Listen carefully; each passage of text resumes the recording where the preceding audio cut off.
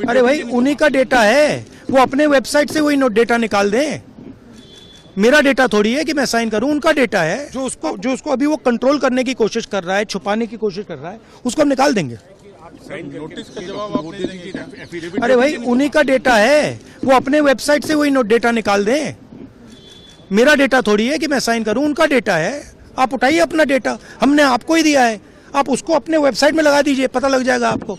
मतलब डिस्ट्रैक्ट करने का काम है, ठीक है। और एक और बात, आप ये मत सोचिए कि सिर्फ बेंगलोर में हुआ है, ये देश में अलग अलग कंस्टिट्यूएंसीज में हुआ है और इलेक्शन कमीशन जानता है। इलेक्शन कमीशन जानता है कि वो उसका जो डेटा है वो फटेगा, जो उसको अभी वो कंट्रोल करने की कोशिश कर रहा है, छुपाने की कोशिश कर रहा है, उसको हम निकाल देंगे, ठीक है। और वो फटेगा, वो जानता है। Thank you. और एक और बात, आप ये मत सोचिए कि सिर्फ बेंगलोर में हुआ है, ये देश में अलग अलग कंस्टिट्यूएंसीज में हुआ है और इलेक्शन कमीशन जानता है। इलेक्शन कमीशन जानता है कि वो उसका जो डेटा है वो फटेगा, जो उसको अभी वो कंट्रोल करने की कोशिश कर रहा है, छुपाने की कोशिश कर रहा है, उसको हम निकाल देंगे, ठीक है। और वो फटेगा, वो जानता है। Thank you.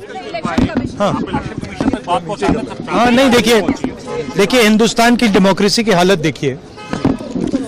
300 MPs election commission से मिलना चाहते हैं और कहते हैं कि हम डेलीगेशन लेके आएंगे, हम आपको एक डॉक्यूमेंट देना चाहते हैं। इलेक्शन कमीशन कहता है नहीं, 300 एमपीज नहीं आ सकते हैं। तो यही हालत है, क्योंकि डरते हैं। 300 एमपीज आ गए और वहाँ पे सच्चाई निकल आई और हमने उनको थोड़ा जो उनके काम की सच्चाई है दिखा दी। That is why. लेकिन आपको लगता है कि सर आपको ये जो लड़ाई है, मैं थोड़ा क्लियरली बोलना चाहता हूँ। देखिए अब ये राजनीतिक लड़ाई से आगे निकल गई है, ठीक है।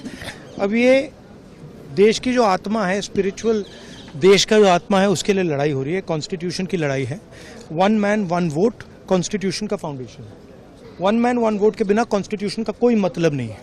और हमने क्लियरली दिखाया है कर्नाटक में कि 1 मैन 1 वोट नहीं है।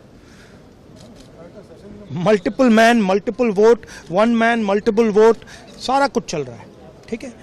तो ये अब लड़ाई पूरी की पूरी ऑपोजिशन लड़ रही है और हिंदुस्तान के जो युवा हैं उनको ये बात समझ आ गई है। तो अब इलेक्शन कमीशन को छुपना काफ़ी मुश्किल हो जाएगा। वो आपको कहता है